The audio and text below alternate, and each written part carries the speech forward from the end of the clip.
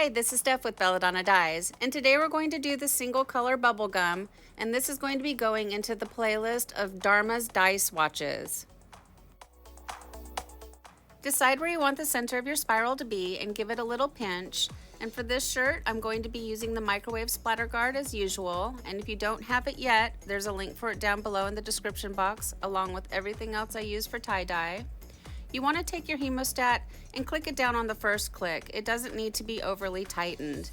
Now, I've been seeing in the group, a lot of you are mentioning that you're tearing holes in your shirt.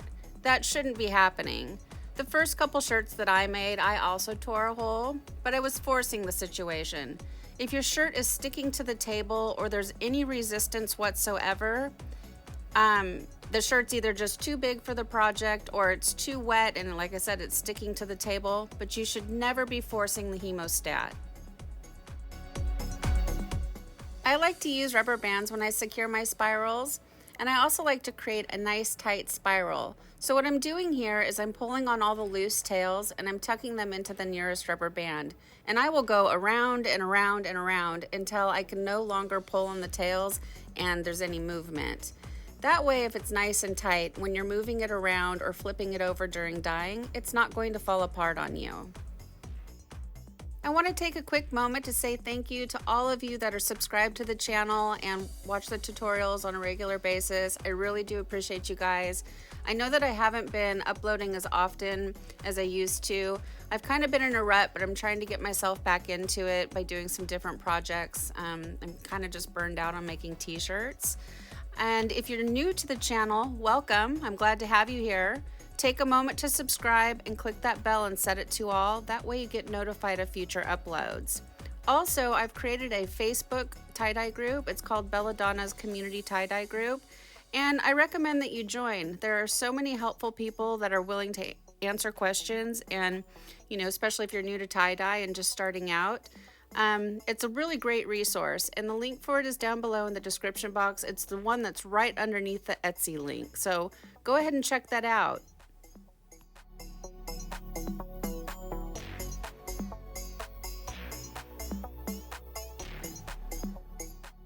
In order to record this, I had to turn the tote around.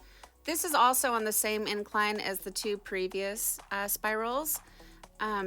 It's backwards looking. So I'm adding the dye to the top part of the shirt because that ever so slight incline, if it's going to split and have any movement, it's going to go downhill. I know it looks confusing. Go back and watch the previous tutorial if you want to see how I have the rack inclined.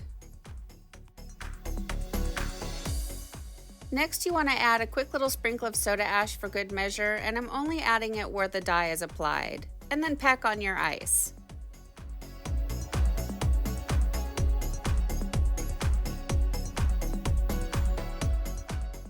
After the ice melted, I came back and checked the back, and there's no saturation. So I'm flipping it over, and I'm going to repeat the process on the back side that I did on the top side.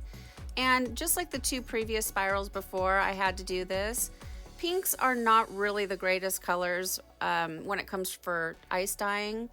Well, especially the light pinks. The powerful colors, they have no problem. But these really soft, sort of sweet pastel colors, they are going to require you to flip it over and repeat it. And if you notice, I'm going really heavy with the dye, much heavier than I do with other colors, because I'm trying to get some saturation so we can see some color splits. So keep that in mind if you're using these light pinks for ice dyeing.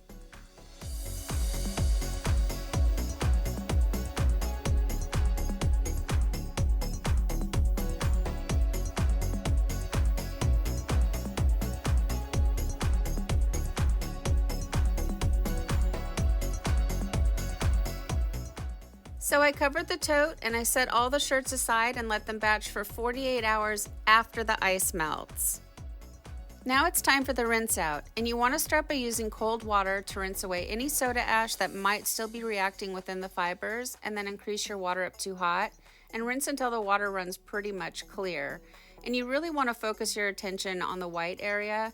You definitely want to get all of that soda ash out because you don't want any of the pink to redeposit onto your white. From here, I take it to the washing machine and I do however many hot water cycles it takes using Kirillon. And so what I do is in the hot water cycle, when it's agitating, I open the lid, I scoop up the water, and I look at it. And if it's basically clear, I know that I'm ready for my final hot water cycle using Millsoft. And Millsoft is a professional textile softener, and it really does bring softness back into the fabric after the dyeing process.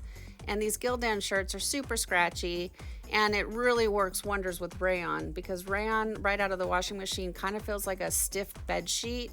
You put that Millsoft in there and it's really, really beautiful. And then I stick it in the dryer, and then I iron it and photograph it, and we'll come back and we'll see our results.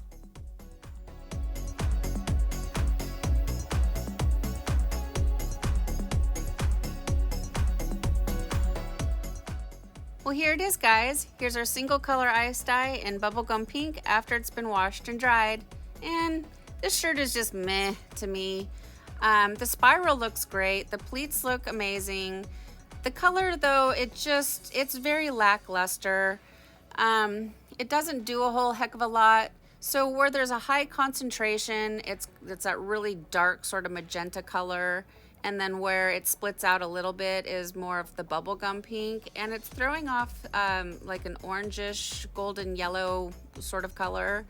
I used a ton of dye on this shirt, and it really just sort of vanishes.